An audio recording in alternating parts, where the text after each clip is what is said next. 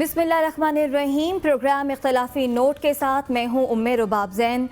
ناظرین، پاکستان میں عید الفطر کو لے کر مسئلہ کھڑا ہو گیا ہے. آج بھی آپ کو بتائیں کہ جو ہے وہ عید جو ہے منائی گئی، اور کچھ کہہ رہے ہیں کہ جناب کل عید ہوگی، علماء حضرات کہہ رہے ہیں کہ جناب پرسوں عید ہوگی. فواد چودھری کہتے ہیں کہ جناب عید الفطر جو ہے وہ کل بروز 24 مئی کو ہوگی، جبکہ علماء کرام ابھی اس کا فیصلہ کر بتائیں گے کہ عید کب ہوگی. لیکن عید کے حوالے سے فواد چودھری صاحب کیا کہہ رہے ہیں وہ سنیے، پھر یہیں سے گفتگو کا آغاز کریں گے.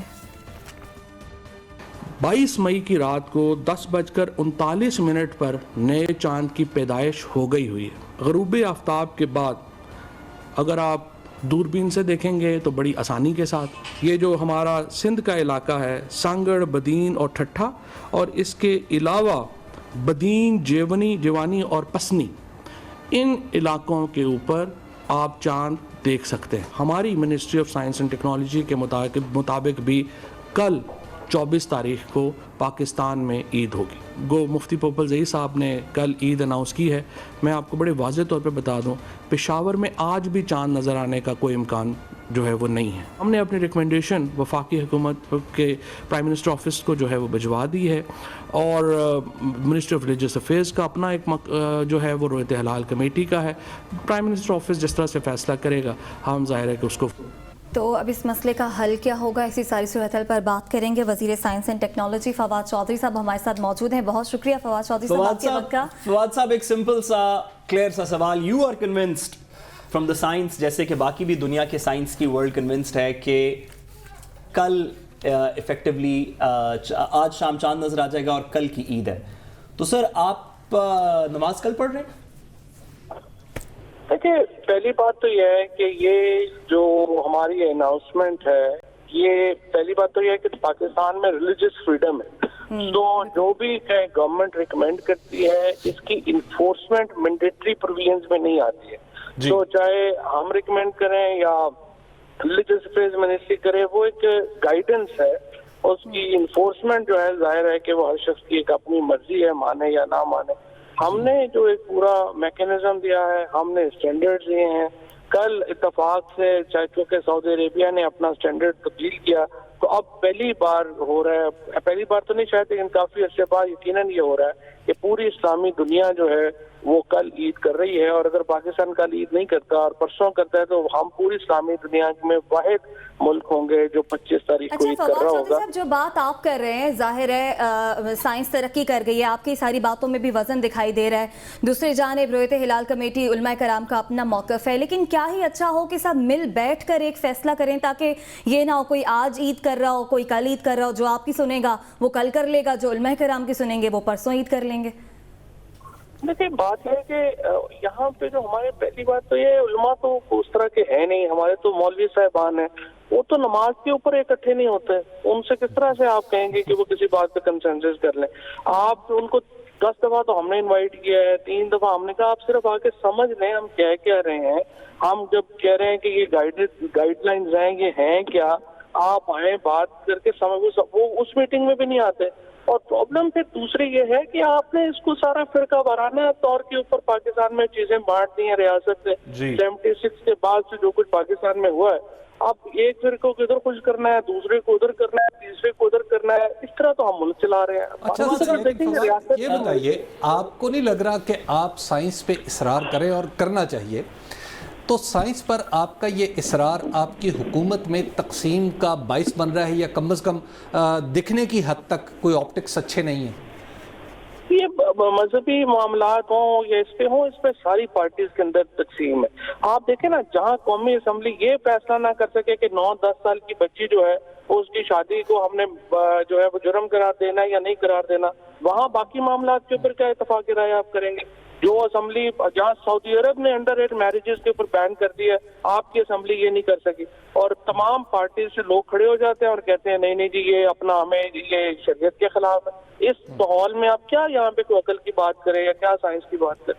فواد صاحب آپ نے بالکل درست کہا. جو ہماری لیجسلیٹو باڈی ہے اس کے اندر تو تقریباً انفارچونیٹلی کسی چیز کے اوپر بھی پالیسی میکنگ نہیں ہو سکی. ہم نے بڑے امپورٹنٹ ایشوز ابھی اسی سال کے اندر بھی دیکھے تو پالیسی میکنگ نہیں ہو سکی. لیکن جو ایگزیکٹو آرم ہے، جو کہ پوری طرح آپ کی پارٹی کا ہے, جو گورننس عام ہے, رویت ہلال بھی ایفیکٹولی گورنمنٹ کا ادارہ ہے, ان کے مولوی صاحبان کو گورنمنٹ کی طرف سے تنخواہ ملتی ہے یا ان کی ایک سیلری سٹرکچر ہے, نیشنل ٹیکس پیئر کے ایکسپینس پہ ہے.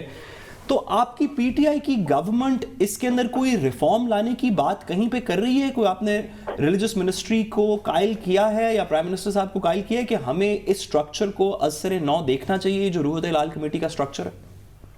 دیکھیں, پہلی بات تو یہ ہے کہ جس طرح سے حبیب اکرم صاحب نے ابھی آپ کو بتایا نا کہ مسئلہ کیا ہے, مسئلہ یہ ہے کہ اس معاملے کے اوپر کوئی ایک پارٹی کا یا معاملہ نہیں ہے, یہ ہماری سوسائٹی کی تقسیم ہے اور وہ اس کا اظہار ہوتا ہے مختلف جگہوں کے اوپر, ہر جگہ کے اوپر.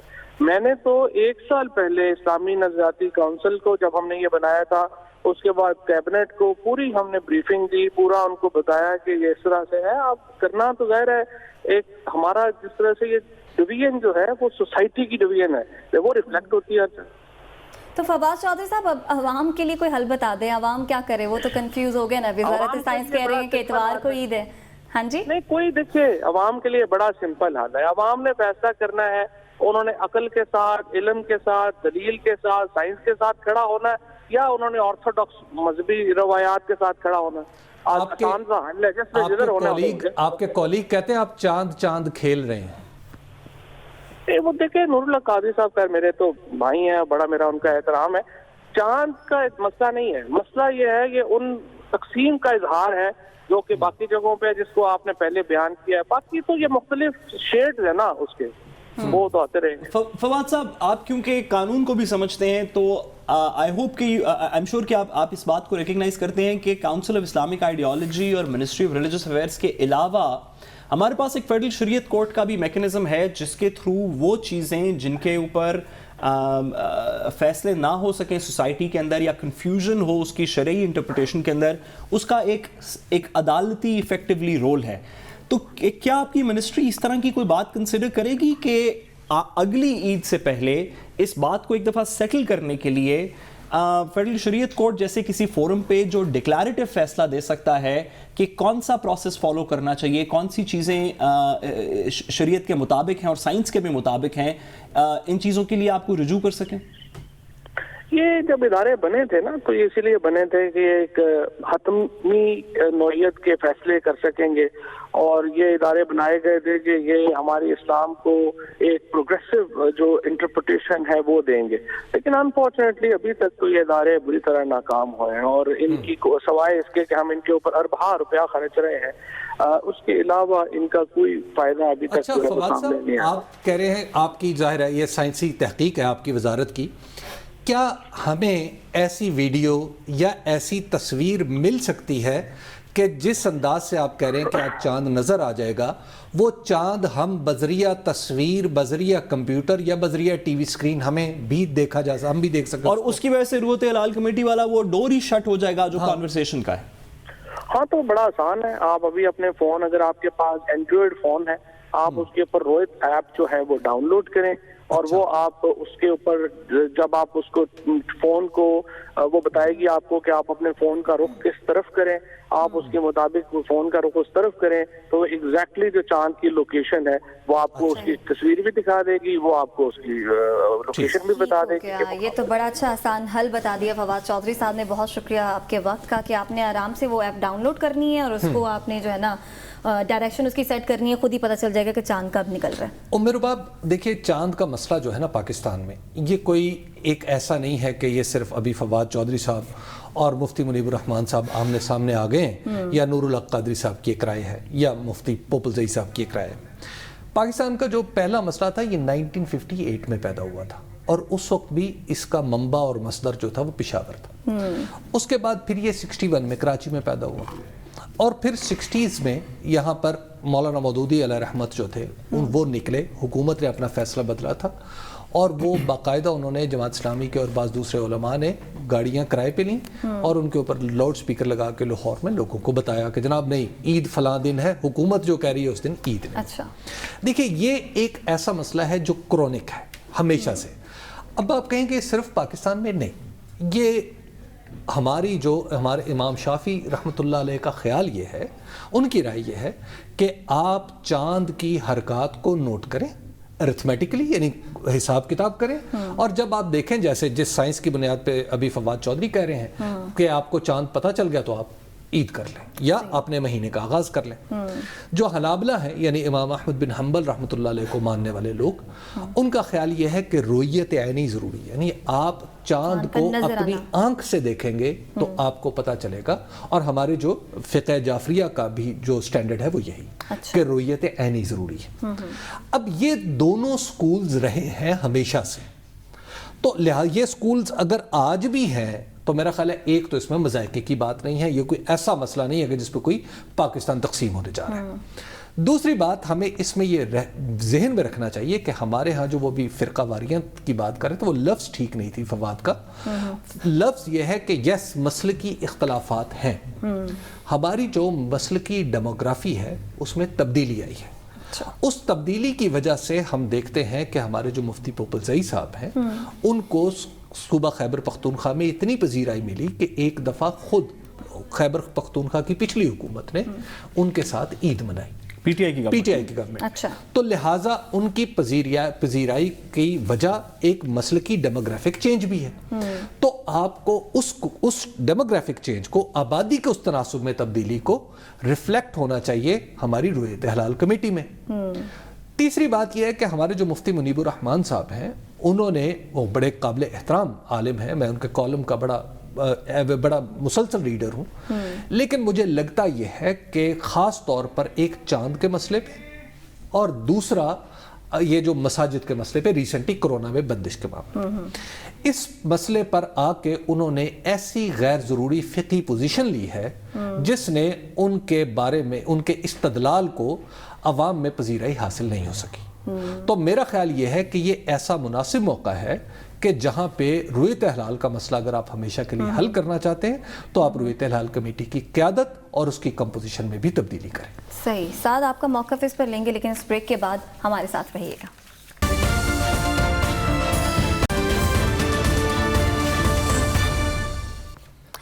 ویلکم بیک ناظرین. سعد, اب جو بات ہم فواد چودھری صاحب سے بھی کر رہے تھے کہ اب عوام جو ہے ظاہر بٹ کے رہ گئی ہے نا, کوئی کسی کو فواد چودھری صاحب کی بات بہت ریزنیبل لگے گی, کوئی کہیں گے نہیں جناب اتنے سالوں سے تو علماء کرام ہی ہمیں بتاتے رہے, رؤیت ہلال کمیٹی کے تھرو اعلان ہوتا تھا اور ہم سنتے تھے کہ جناب کل پاکستان میں ہونے جا رہی ہے یا نہیں ہونے جا رہی. بالکل ایسے ہی ہے کیونکہ کمیٹی تو بیٹھی ہے, وہ فیصلہ کر کے بتائیں گے کہ اب کل عید ہونے جا رہی ہے ان کے مطابق یا نہیں.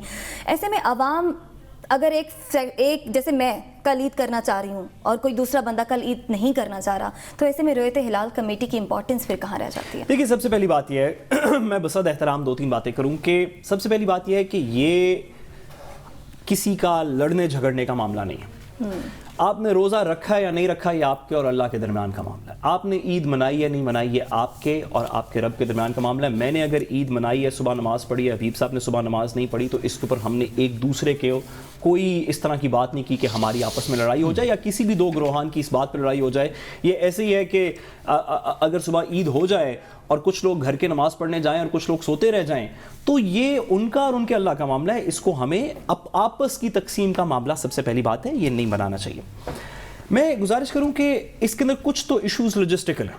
اگر سائنس اینڈ ٹیکنالوجی کہے کہ کل عید ہے اور تمام لیٹس امیجن کریں کہ یہ کریں کہ تمام مسالک کے تمام مولوی صاحبان علماء حضرات کہیں کہ کل عید نہیں ہے اور کسی مسجد میں نماز نہ پڑھی جا رہی ہو, تو میں اور حبیب صاحب اگر سائنس اینڈ ٹیکنالوجی کی وجہ سے کل عید کرنا بھی چاہیں گے تو ہم کدھر جا کے نماز پڑھیں گے, کیا کریں گے, لائک اس کے کیا لوازمات ہوں گے, ہم کیا اپنی 1.5 انچ کی مسجد کھڑی کر لیں گے, کیا ہر گھر کے اندر یہ مسجدیں کھڑی ہوں گی, لائک اس کے کچھ لوجسٹیکل پہلو بھی ہیں. لیکن میں بصد احترام فواد صاحب کی بات سے ایگری کرتے ہوئے میں تھوڑی سی بات کروں کہ بہت سی چیزیں ایسی ہیں ٹائمز کے سٹینڈرڈ کے اندر جو ہم نے ماڈرنائزیشن کے اندر چینج کر دی. حبیب صاحب میرے سے بہتر بتا سکتے ہیں کہ قرآن مجید کے اندر اور دیگر جگہوں پہ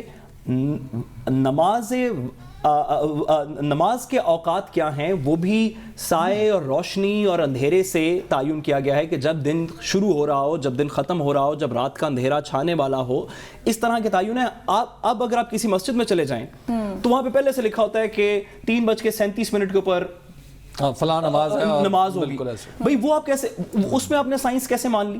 یا تو پھر آپ باہر کھڑے ہو جائیں اور ہر روز دیکھیں کہ اب روشنی کتنی رہ گئی ہے اور کتنی نہیں رہ گئی, اور کہیں کہ اب مغرب کی اذان کا وقت ہے تو پھر ایک بندہ جا کے مغرب کی اذان پڑھے. آپ نے ابھی سے بتا دیا کہ اگلے ہفتے مغرب کس وقت ہوگی. تو سائنس کی وجہ سے ہی بتایا نا, کوئی آپ نے ٹیکنالوجی کی وجہ سے بتایا کہ سن سیٹ کا وقت اگلے ہفتے جمعے کے روز یہ ہوگا, اس وقت ہم نماز پڑھیں گے. انویریبلی ہر مسجد میں ایک نقشہ دائمی اوقات نماز آپ کو پہلے سے آپ مسجد میں انٹر کریں تو آپ کو سامنے لکھا ہوا نظر آتا ہے کہ ظہر کہ جمعے کی نماز اتنے بجے ہوگی, فجر اتنے بجے ہوگی, ظہر 3 مہینے بعد اس کا ٹائم یہ ہوگا, آئندہ کے لیے بھی لکھا ہوتا ہے. تو یہ سائنس اینڈ ٹیکنالوجی کی وجہ سے ہم نے اپنی نمازوں کے اوقات کا تعین کر لیا. ہم روز ٹیلی ویژن کے اوپر شام کو بتاتے ہیں کہ 8 منٹ رہ گئے ہیں روزہ افطار ہونے میں. بھئی 8 منٹ بعد پہلے تو کوئی مولوی صاحب روشنی دیکھ کے بتائیں نا کہ روزہ افطار ہونے میں 8 منٹ رہتے ہیں نہیں رہتے. ہم نے سائنس کی وجہ سے یہاں تک پہنچے. مفتی منیب صاحب بھی اسی طرح روزہ افطار کرتے ہیں, دنیا ٹی وی کی اسکرین دیکھ کے یا وقت دیکھ کے کہ اتنے بجے کا وقت ہو گیا, مجھے نماز پڑھ لینی چاہیے. تو اگر آپ سائنس اینڈ ٹیکنالوجی کی وجہ سے روز 5 وقت کی نمازیں پڑھتے ہیں تو آپ سائنس اور ٹیکنالوجی ویسے چاند نہیں دیکھ سکتے. تو یہ بڑی عجیب سی بات ہے, یہ بڑی عجیب سی بات ہے. لیکن اس میں معاملہ رویت کا ہے, اصل جو رائے ہے نا, جو فرق ہے وہ رویت. صاحب درست بات ہے, لیکن یہی رائے تو روشنی کے تعین میں بھی ہے مغرب کی نماز پڑھتے ہوئے. قرآن مجید کی آیات موجود ہیں, تو وہاں پہ آپ نے سائنس مان لی اور یہاں پہ آپ رویت کے پیچھے پڑے رہے. تو اصل بات وہی ہے جو حبیب صاحب نے کہا کہ معاملہ اصل میں صرف عید کے چاند کا تعین نہیں ہے. معاملہ یہ ہے کہ اس کے ساتھ ایک پوری انڈسٹری کنیکٹڈ ہے, اس انڈسٹری کو ری وزٹ کرنا چاہیے. جلد کر لیں گے تو بہتر. اتفاق سے ہی تمام معاملات طے پائیں تو ہی اچھا ہے, یہ نہ ہو کہ آج بھی عید ہوئی, کل بھی عید ہو اور پرسوں بھی پاکستان میں عید ہو. آگے اپنے اگلے ٹاپک کی جانب بڑھتے ہیں. کل پی آئی اے کے طیارے کو جو خوفناک حادثہ پیش آیا, اس کی تحقیقاتی ٹیم تشکیل دے دی گئی ہے. وزیر اعظم عمران خان نے کہا ہے کہ جناب وفاقی کابینہ کے عرض کے بغیر ہی فوری طور پر تحقیقات جو ہیں وہ شروع کر دی جائیں. اسی ساری صورتحال پر بات کریں گے. لیکن وہ خوش قسمت مسافر جو اس جہاز میں سوار تھے جو بچ گئے, انہوں نے کس طرح سے اس واقعے کو بیان کیا, انہوں نے کیا ایکسپیرینس کیا, وہ بتا رہے ہیں. وہ دیکھیے, پھر یہیں سے گفتگو کا آغاز کریں گے. پھر اس جہاز میں سوار تھے, ان کا بھی یہ بتانا ہے کہ انہیں علم ہی نہیں ہوا کہ جہاز جو وہ کریش کرنے جا رہا ہے. اسی ساری صورتحال پر بات کریں گے. سابق ایم ڈی پی آئی اے اعجاز ہارون صاحب ہمارے ساتھ موجود ہیں. بہت شکریہ اعجاز ہارون صاحب آپ کے وقت دینے کا. سر یہ بتائیے گا کہ کل سے اب تک کیا معلوم ہو سکا ہے, یہ واقعہ کس وجہ سے پیش آیا؟ السلام علیکم, بہت بہت شکریہ. اب واقعے کے بارے میں کل سے اب تک تو بڑی انفارمیشن آ چکی ہے, اور جو کمپلیٹ انفارمیشن ہے وہ تو اس وقت آئے گی اور رپورٹ آئے گی جب جو اس کا DFDR ہے, which is a Digital Flight Data Recorder System, وہ ڈی کوڈ ہوگا, آئے گا. بلیک باکس بٹ ایک جہاں جو بلیک باکس مل گیا ہے, مگر بہت سی چیزیں جو ہے واضح طور پہ سمجھ میں آ رہی ہیں. اب اس پہ جو سب سے جو امپورٹنٹ چیز آئی ہے وہ ہے جو ATC کے ساتھ جو ان کی وائس ریکارڈنگ جو کمیونیکیشن ہے وہ ہے. اگر اس سے ہم اندازہ لگائیں تو ہمیں ایک بات تو یہ پتہ چلتی ہے کہ یہ جہاز جب اپروچ کے اوپر آیا تھا تو اس کو یہ کال کرتا ہے, یہ کہتا ہے کہ میں 3500 فٹ پہ ہوں. اس کو ٹاور بتاتا ہے کہ جی آپ 3500 فٹ پر ہیں, تو آپ 5 میل کے فاصلے پہ آپ ہیں. تو اسے کہا آئی ایم کمفرٹیبل, وہ ہی uses this, we are comfortable, we can make it, which means کہ ہی واز اویئر کہ وہ ہائی ہے. ہائی ہونے کا مقصد ہے کہ جی نارملی 5 میل کے فاصلے پہ جب اگر کوئی جہاز ہوتا ہے اور اسٹیبلشڈ ہوتا ہے تو وہ تقریباً 1400 سے 1600 اس طرح سے اس کی ہائٹ ہونی چاہیے. تو یہ تقریباً ڈبل ہائٹ تھی, مگر اس نے کہا آئی am comfortable, I can make it. پھر دوبارہ اس کو ٹاور نے کنفرم کرتا ہے, وہ دوبارہ کہتا ہے we are comfortable out of 3500 for 3000 established on ILS 25 left. تو کہہ رہا ہے میں اسٹیبلش ہو گیا ہوں, ایوری تھنگ از اوکے, کوئی ایشو نہیں ہے. اس کو وہ پھر لینڈنگ کلیئرنس بھی دے دیتا ہے ٹاور. اب یہ جو سچویشن ہے, جو جہاز اتنی ہائٹ کے اوپر ہے, اس کو ہماری ایویشن زبان میں ہاٹ اینڈ ہائی کہتے ہیں کہ بھئی آپ اوپر بھی ہیں, آپ کی سپیڈ بھی زیادہ ہوگی. بٹ اس نے اپنے ظاہر انہوں نے اپنے کوشش کر کے تو یہ اس کو لائے. اور اس کے بعد جو ان کی جو بات ہوتی ہے تھوڑی سائلنس کے بعد, وہ نیکسٹ مائک اٹھاتے ہیں. تو مائک اٹھا کے وہ کہتے ہیں کہ I want to go around. Go around کا مطلب ہے کہ جی میں یہ جو اپنا اپروچ ہے اس کو ڈسکنٹینیو کر رہا ہوں اور میں ابھی دوبارہ واپس آؤں گا, گو اراؤنڈ. مگر جب وہ مائک دباتے ہیں تو پیچھے ایک آواز آ رہی ہے جو کہ ایک وارننگ ہے, وچ از دی کنٹینیوس ریپیٹیٹیو چائم, اور یہ صرف اس صورت میں آتی ہے کہ جب جہاز میں جب لینڈنگ کنفیگریشن کے اندر کوئی چیز کی کمی رہ گئی ہو, ٹھیک ہے, یا تو لینڈنگ گیئر ڈاؤن نہ ہو یا فلیپس اس کی پوزیشن پہ نہ ہو, تو دیر از مطلب that chime normally comes and it's a continuous repetitive chime. وہ بند آپ نہیں کر سکتے, بہت سی وارننگس تو ایسی ہیں جس کو پائلٹ ایک بٹن دبا کے بند کر سکتا ہے, بٹ اس کو آپ نہیں بند کر سکتے جب تک کہ آپ وہ کریکٹیو ایکشن نہ لیں, ٹھیک ہے. مسلسل گھنٹی بج رہی ہے, ہاں گھنٹی بج رہی ہے جو بھی ہے.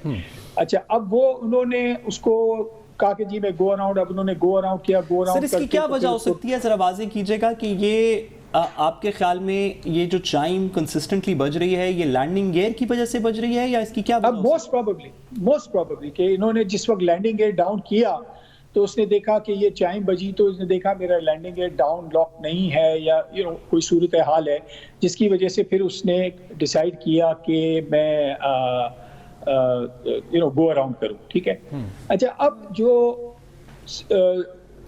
ٹاور کی پھر جو کمیونیکیشن جو ہمیں آئی ہے اس میں یہ ٹاور اس کو کہتا ہے کہ okay climb to 3000 feet and heading 110, یہ بھی ریپیٹ کرتے ہیں کہ ہیڈنگ 110 3000 فیٹ, مگر وہ کلائمب نہیں کرتے 3000 فیٹ, وہ 2000 کے قریب ہوتے ہیں. پھر اس کو ٹاور کہتا ہے کہ یو آر 2000 فیٹ, تو وہ کہتے ہیں کہ I am trying to maintain give me 2000, مطلب وہ کہتے ہیں مجھے 2000 ہی دے دو, میں 2000 رکھتا ہوں, and I am trying to maintain. Now you see this terminology indicates کہ he was definitely struggling, he was not able to climb. Why he was not able to climb? Because for some reason or the other either his engines were not giving him the required power. کہیں فیصلہ بھی غلط ہو سکتا ہے, فیصلہ تو غلط ہے نا, فیصلہ تو غلط کس چیز کا کہ جب انہوں نے اپروچ کی, اور اب یہ جو غلط فیصلوں کی جو بات ہے نا اس پہ میرا تبصرہ تو یہ ہوگا کہ جی یہ تو اس وقت جب آپ ہاٹ اینڈ ہائی تھے تو آپ کو اس وقت چاہیے تھا کہ آپ 360 کرتے. This is all part of training. اعجاز ہارون صاحب ہمارے ساتھ ہی موجود ہے, اس میں مزید بھی بات کریں گے اس بریک کے بعد, ہمارے ساتھ رہیے گا.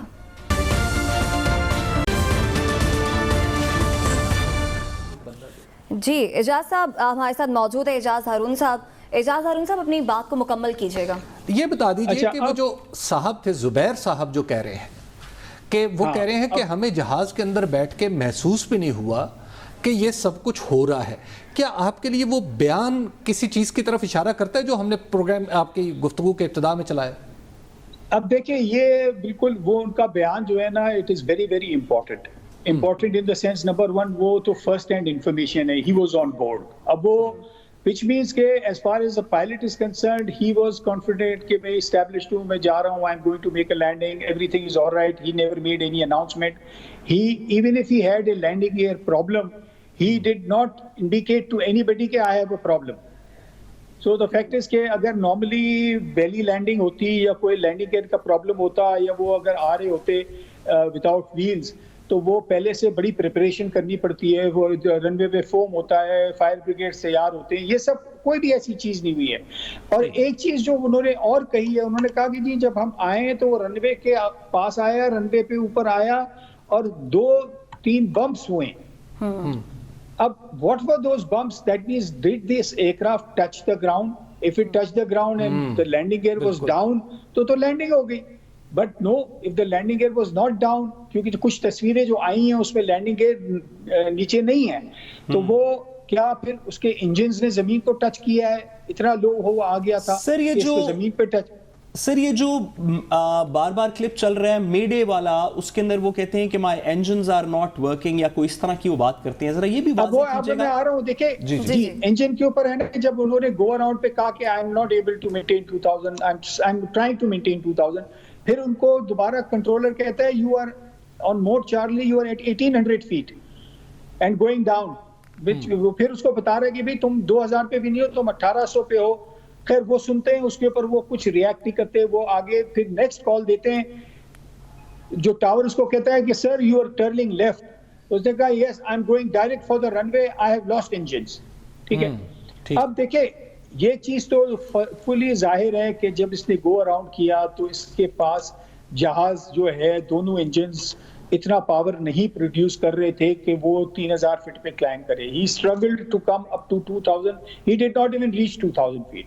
وہی 1800 پہ آئے, 1800 سے وہ پھر نیچے آئے. اب کیا یہ انجنز اس پیریڈ میں جب انہوں نے اپروچ کیا ہے from the approach till the go around میں انجنز کو کچھ ہوا ہے, ٹھیک ہے, کیا ہوا ہے, کیا یہ برڈز تھیں, کیا did this aircraft touch down and the engines scrape runway and which may have caused damage, which must have caused damage to the engines, کیونکہ اگر وہ صرف اسکریپ کیا ہوگا تو انجن بظاہر جو ہے وہ تو نہیں نظر آتا, مگر اندر جو بیئرنگز وغیرہ ہیں وہ ہل گئے ہوں گے, اور وہ ہل گئے تو وہ جب اس نے ٹیک آف کیا, پاور کھولا تو وہ بیئرنگز ہل گئے تھے اپنی مطلب تو پھر وہ ڈیمیج ہو کے اور وہ جہاں تک اس کو لے کے گیا 2800 تک. یہ بتائیے گا کہ ایک بات ہو رہی ہے کہ جہاز کا جو فٹنس تھا وہ کافی دیر کے لیے تھا, یعنی ابھی آگے اس کے کئی مہینے باقی تھے, تو جہاز میں اپیرنٹلی کہا جا رہا ہے کہ کوئی خرابی نہیں ہے. میرا سوال میں آپ سے سمجھنا یہ چاہ رہا ہوں کہ جب پی آئی اے کو چلانے والا ایک سربراہ وہ کسی تفتیش سے پہلے ہی کہہ دے کہ جہاز تو سپر فٹ تھا, جہاز تو بالکل ٹھیک تھا, تو کیا اس کی یہ بات تفتیش کے معاملے کو متاثر کرنے کے مترادف نہیں ہوگی؟ اور کیا یہ درست بات؟ بالکل, دیکھیں میں مطلب آئی ایگری ود یو کہ مطلب میں بھی سی او رہا ہوں کہ ہم I don't know for some reason اور دی ادر ہم ان سب چیزوں کو جب یہ ہوتی ہیں تو we tend to take them personally and we start taking sides. ہمیں کوئی سائڈ نہیں as a chief, one should be کہ بھئی ادارے میں ایک چیز ہو گئی ہے, کوئی بھی ڈپارٹمنٹ ہو, کون سا ڈپارٹمنٹ ہے, کون انڈیویجول ہے, اس کے لیے جو بھی ذمہ وار ہوگا we will find out, they will be given an opportunity to explain کہ اپنے آپ کو جسٹیفائی کریں اور پتہ چلے, تاکہ ہمیں ایک چیز پتہ چل جائے کہ بھائی کیوں ہوئی. اب آپ دیکھیں نا اس ایئر لائن میں اس سے پہلے پنجگور یا تربت میں ایک جہاز نے لینڈ کیا جو ہاٹ اینڈ ہائی تھا, وہ سیم سچویشن میں تھا. پھر گلگت میں جو کیپٹن مریم والا جہاز تھا وہ بھی اسی سچویشن میں تھا. اب وہ دو چیزیں ہوئی اس وقت بھی. What corrective action did PIE take? What corrective action did the PI training department take? جو PI کے سیفٹی کے جو لوگ تھے جنہوں نے انکوائری کی, کیا انہوں نے اس چیز سے کچھ سیکھا, کیا انہوں نے اپنے لوگوں کو کچھ بتایا گیا؟ دیکھو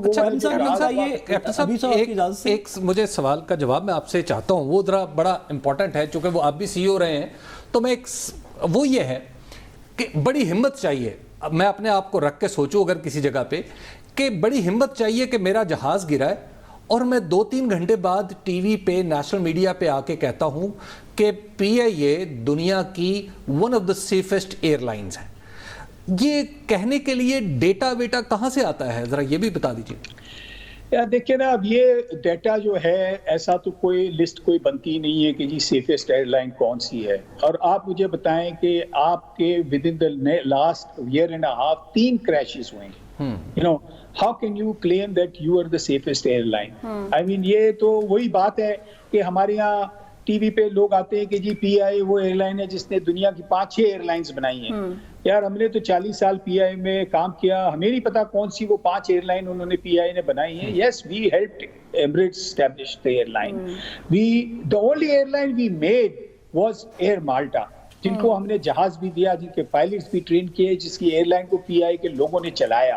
اور وہ ایئر مالٹا واحد ایئر لائن ہے جو ایکسیپٹ کرتی ہے. باقی تو آپ نے ہیلپ کیا, آپ نے ادھار جہاز دے دیے, کچھ پائلٹ چلے گئے, باقی تو سب سیٹ اپ لوگ. مگر ہمارے یہاں پاکستان میں چلتا ہے نا یہ سب چیز.